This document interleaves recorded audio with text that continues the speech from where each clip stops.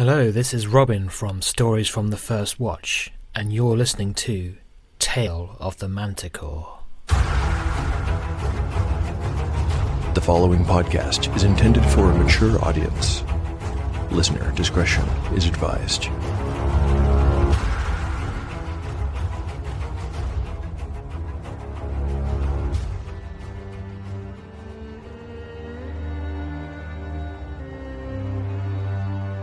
Welcome back to Tale of the Manticore, Season 2. Like the creature from which it takes its name, Tale of the Manticore is a mashup, a crossbreeding between two different species of storytelling. Here you will find the unpredictability of old-school RPG paper and dice games with the storycraft of a dark fantasy novel. No character is sacred, and no character will be spared if the dice decide their fate is at hand. According to lore, the tail of a manticore is barbed with cruel iron spikes. There will be much pain in the days ahead.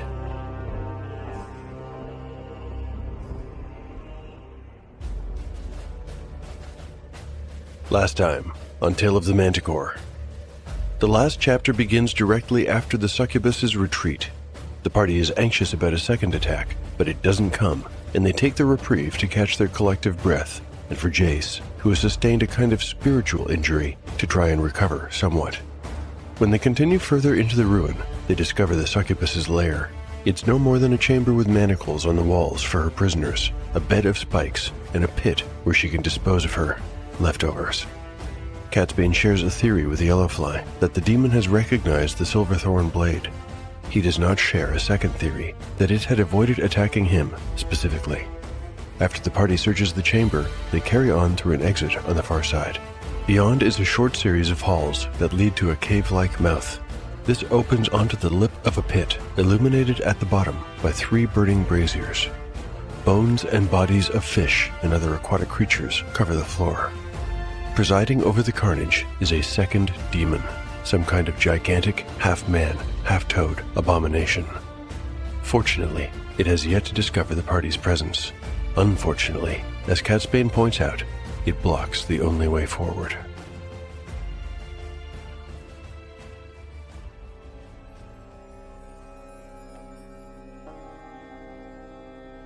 Chapter 73, Part 1, Day 184. Time, unknown. 2 hours and 10 minutes of lantern fuel remain. Party status, Yellowfly, 32 of 44 hit points. Shawnee, 28 of 33. Jace, 33 of 38. Catsbane, 17 of 21. Bazu, 19 of 21. Spells available. Catsbane has memorized Detect Magic, Magic Missile, Web, Mirror Image, Haste, Slow, and Dimension Door. Bazu has prayed for Cure Light Wounds, Light, Bless, Locate Object, and Cure Serious Wounds. Yellowfly felt sick in his stomach, his head, and his heart. He signaled Shawnee to go back to the pit's edge and keep an eye on the creature before addressing his companions. I think it's best if we turn back. I'm sorry I urged you all to come this far. It was a mistake. My mistake. Catsbane shook his head. I'm not going back. You can if you wish, Yellowfly, and the rest of you as well, but I will stay. He felt terrible for having lied to his friends earlier about how the door with the face had been opened, and he still couldn't bring himself to tell the truth. But one thing he knew. I must see this through. I'll stay with you, Catsbane, said Jace, still wan and withered. His newly white-streaked hair was visible in the low light that came up from below. There's nothing for me back on the surface now, but maybe I can do some good if I stay here with you. Bazu was also firm about staying. A little while ago I prayed for guidance, and I thought my prayers had not been heard. But it turns out that Sadal has answered. Now I know I am here. He lifted up his holy symbol, a metal disc with the sun symbol of Sadal emblazoned across it.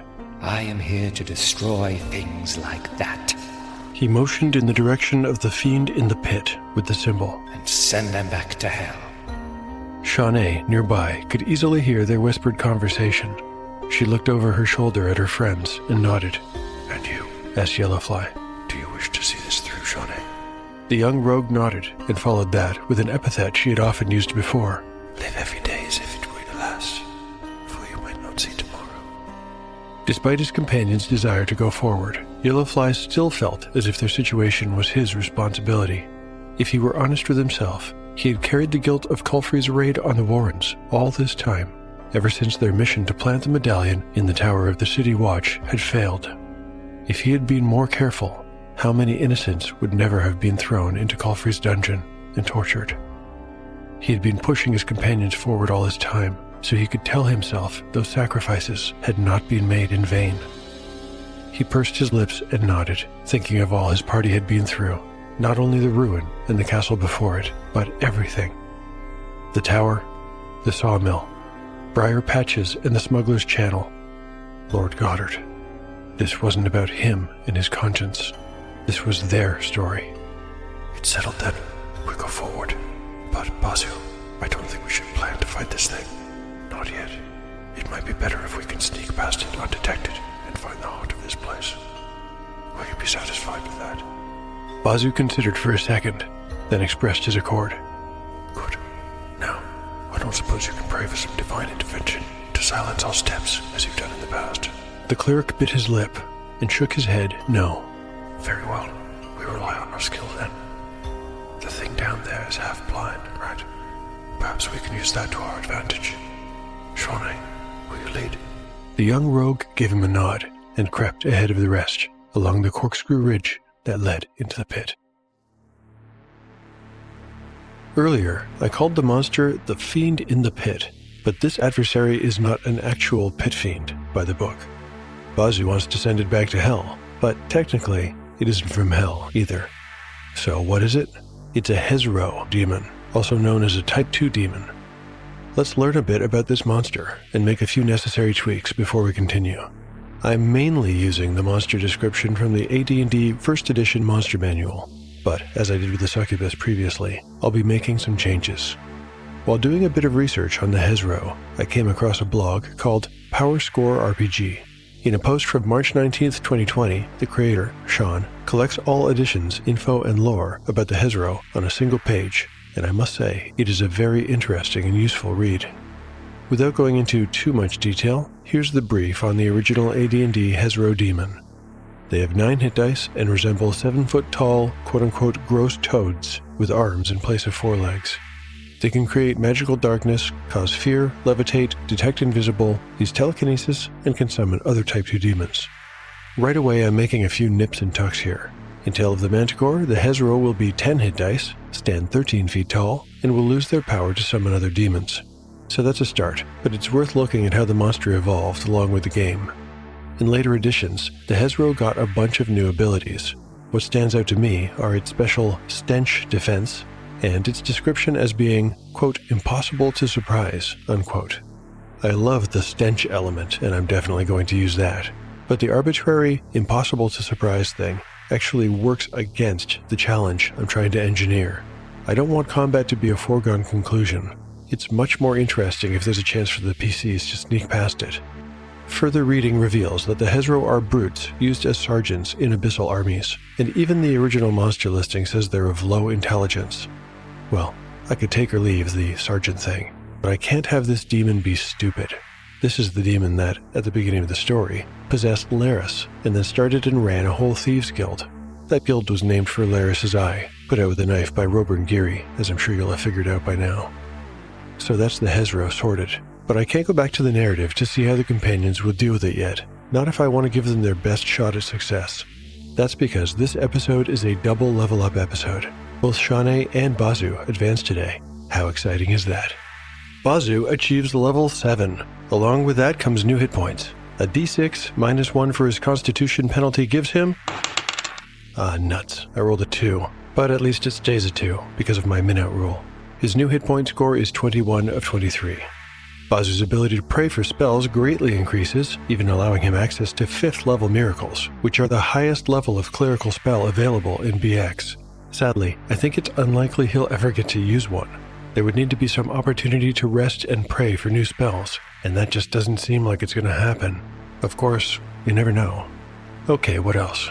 Saving throws will stay the same, but his ability to turn undead and demons does improve. Finally, there's a chance for stat increases. Let's get rolling. For strength, a 3. Intelligence, a 5. Wisdom, a 1. Dexterity, a 5. Constitution, now a 6 here would be very welcome. No, I've got a 1. Charisma, a 5. No stat increases for Bazu. Well, that was a little underwhelming, actually. Maybe Shanae can bring the wow factor. She is now level 10. 10! That's ridiculous. Let's see what that means for her character sheet. Looking at the rules, I see she no longer gets a new die, or even her constitution bonus for hit points. She gets a fixed amount, plus 2, that's it. Her new score is 30 of 35. Her thief skills, however, do increase, roughly 5% across the board. And that brings us to chances for stat increases. Let's get into it. Strength, a 5. Intelligence, a 6. Finally, 8 becomes 9. Doesn't really change much, but it's nice all the same. Wisdom, another 6. Thank you, dice gods. 7 becomes 8. These little increases are appropriate, given that Shanae used the parable of the color of mulberries to explain an abstract concept to Yellowfly recently. Now, does this remove her penalty? Alas, it does not. She retains her -1 on saving throws versus spells. Dexterity. Will this die continue its hot streak? A 1. Nope. Constitution, a 4. Charisma, a 4. You know, I really can't complain with a level up like that. The rules are set up to basically cap power when a character gets this far, after all. And speaking of that, neither Shanae nor Bazu will get an increase in their basic attack bonus, in case you were wondering. Okay, let's take a quick ad break. When we return, we'll find out what happens with the party and the Hezro demon.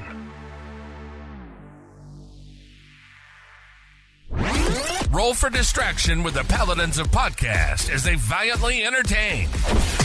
Grab your +2 headphones and tune in. We promise it's not a critical fail. Side quests, available wherever you get podcasts. The best quests have detours.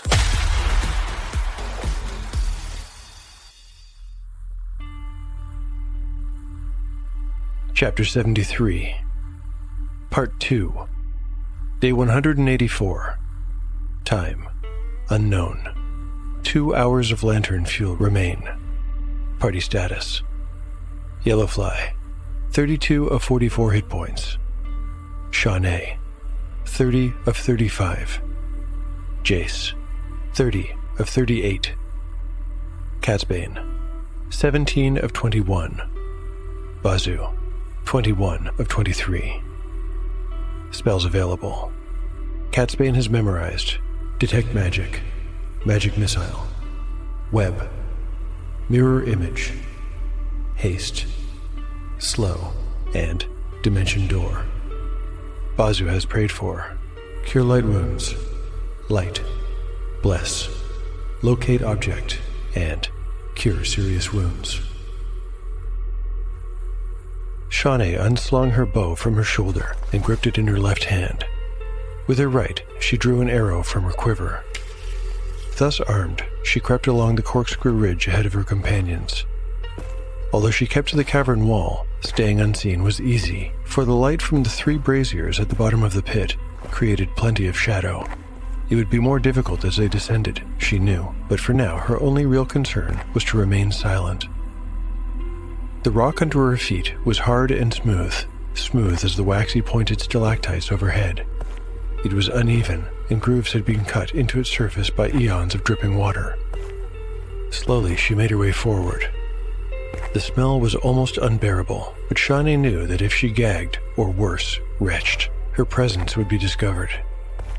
The fear of that happening somehow allowed her to master her revulsion. There was a noise then, but not from her. The monster below was shambling about, displacing the piles of bones and carcasses.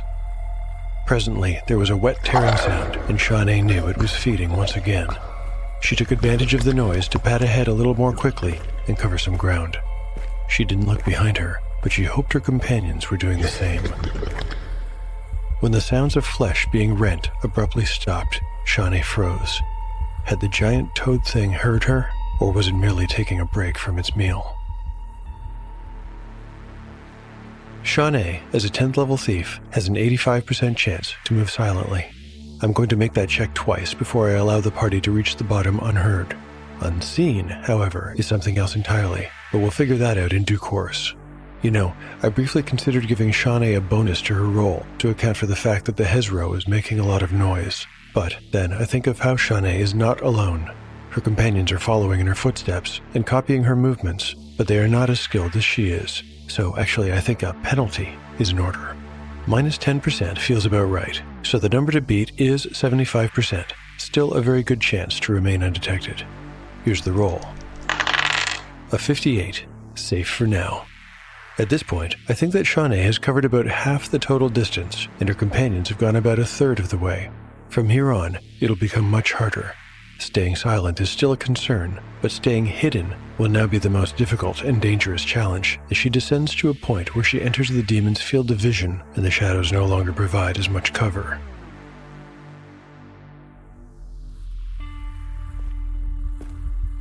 Eventually, Shawnee descended to a point along the corkscrew ridge that gave her a full view of the feeding monster.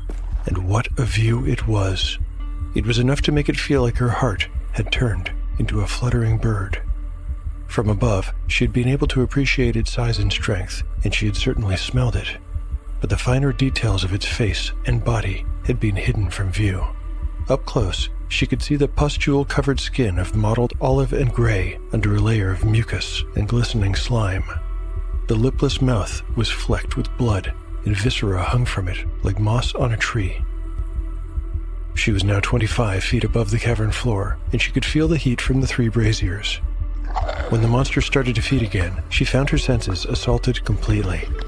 The squelch and crunch of rancid flesh and bone in her ears, the putrid, vomitous, charnel house stink in her nose, and now a vision of pure horror in her eyes. There was another wet snap as a rib cage collapsed in the creature's jaws, and then the sloshing sound of fish guts sluicing and dribbling out from the wide mouth. Shawnee had stopped on its blind side, and the monster seemed intent on nothing more than filling its maw. She took advantage of that and crept forward, keeping to the cavern wall as much as possible. There was little cover now, and she would need to time her movements so that she was always in shadow. These braziers were both a blessing and a curse, she thought. But would she have had the courage to do this in the dark? She didn't think so. She looked past the creature, and a dark oblong shape on the cave wall caught her eye. It was roughly the height of a man and twice as wide. This was the exit and their goal. If they could get to that, the monster would not be able to follow. It would be too big to fit through the opening. She made a split V hand signal behind her, telling Yellowfly, who would be watching, to hang back and let her scout ahead. It would be best if she could go a little further before they followed. When the time was right, she would create a distraction, and they could run for it.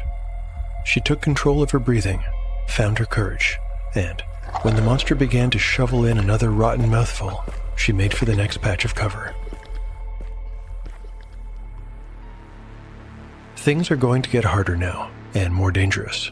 Shawnee will need to make 2 successful checks here, or else draw the Hezro demon's attention. On the plus side, her move silently roll will no longer have a penalty applied.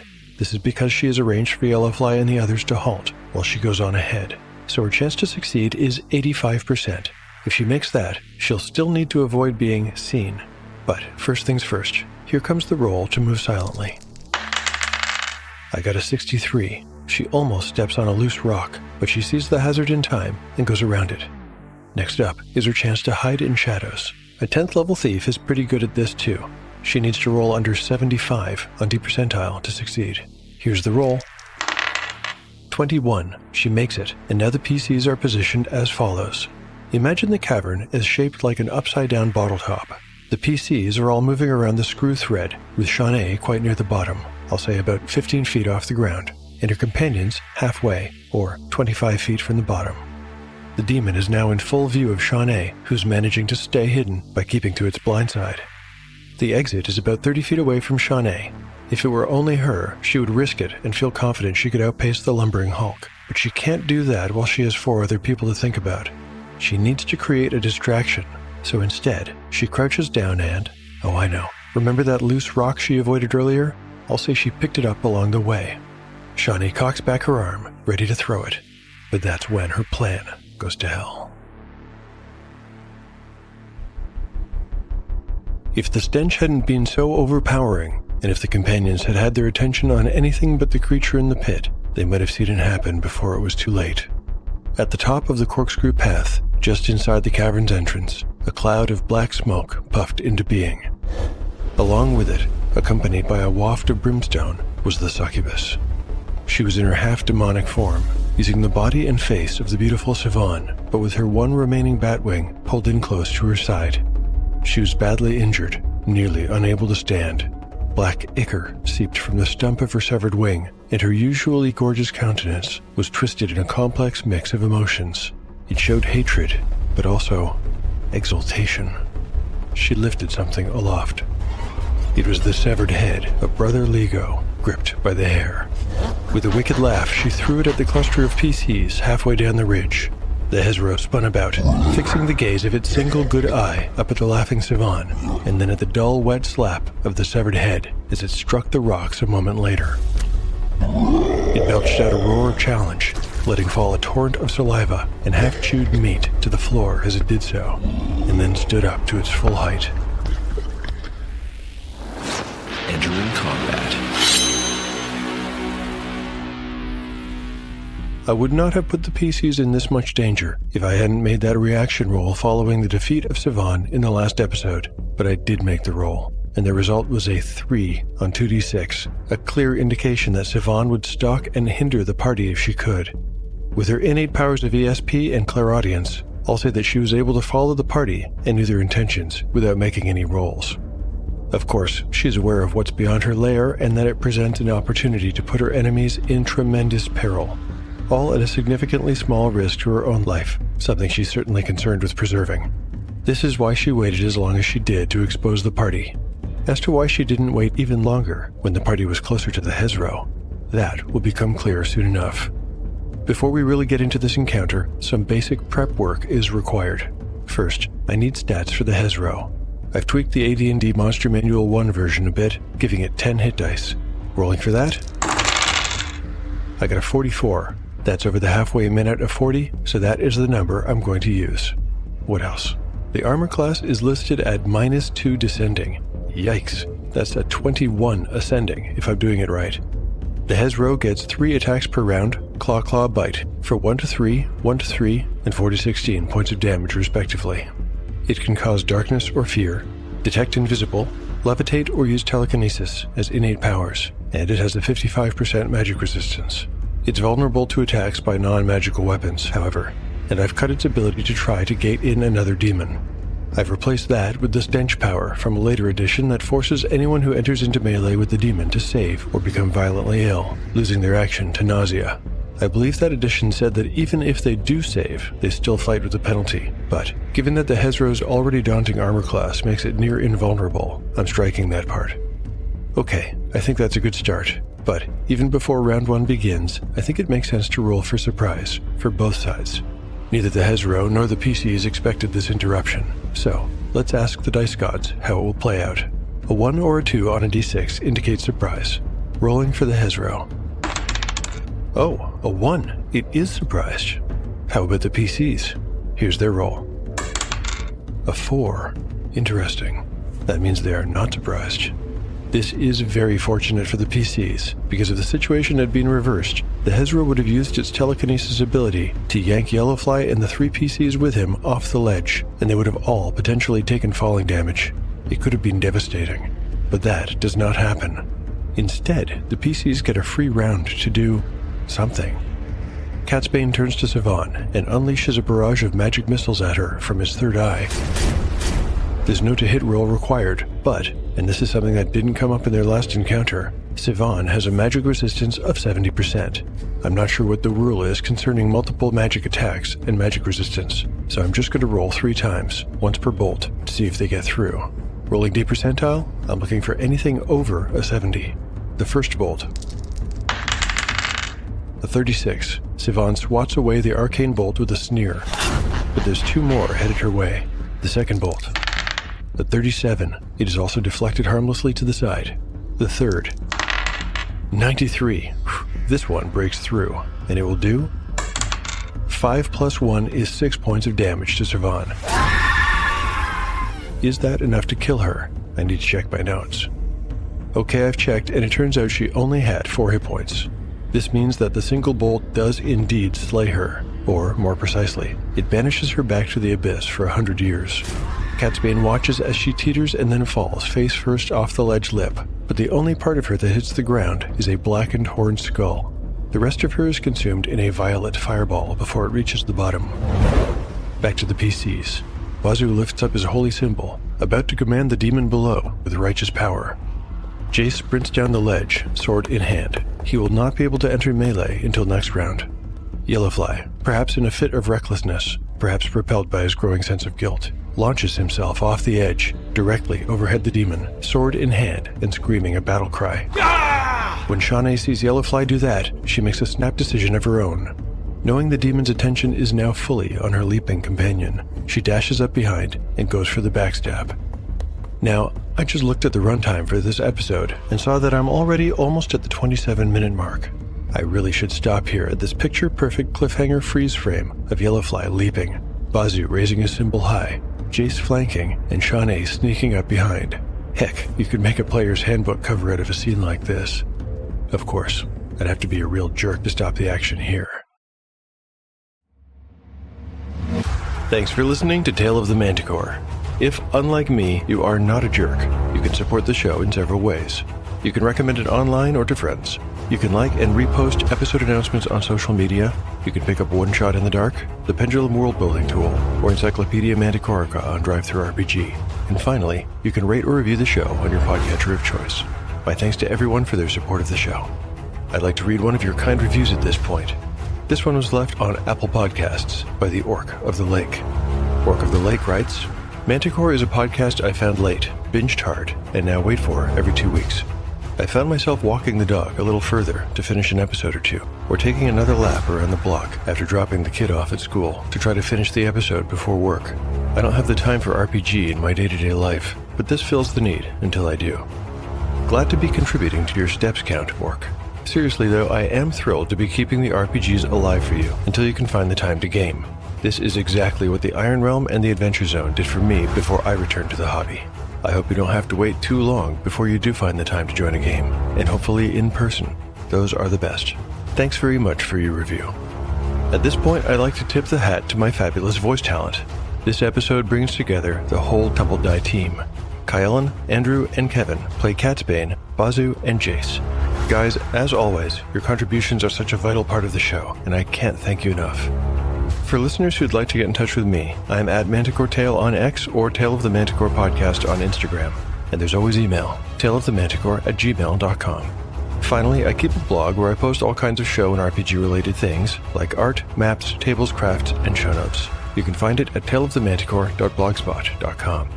The adventure will continue on the next episode of Tale of the Manticore, the story where chaos rolls. Hey there, Manticores. I know you have an advanced taste in quality RPG content. I bet you would love diving deep into the minds of the people making RPGs.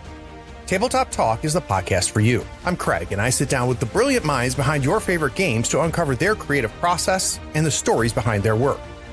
Tune in to hear from the game designers, artists, and writers who bring your tabletop experiences to life. Join me and my guests on Tabletop Talk. Find us wherever you get your podcasts.